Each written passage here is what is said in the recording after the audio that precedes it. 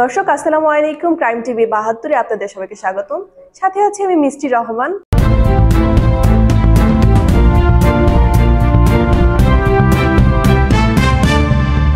এবার বিস্তারিত বরিশাল থেকে স্টাফ রিপোর্টার জয়ন্ত পাল।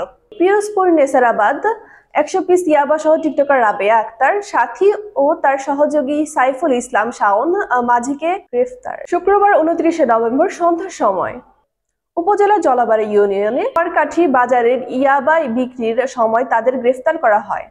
পুলিশ দুজনের নামেই মাদকদ্রব্য নিয়ন্ত্রণের আইনে মামলা করেছে।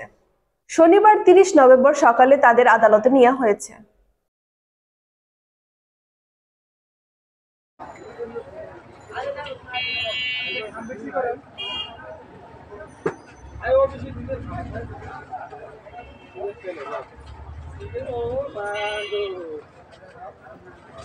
খালি উঠতে যাবো নি এবার পকেটে নিলে না আচ্ছা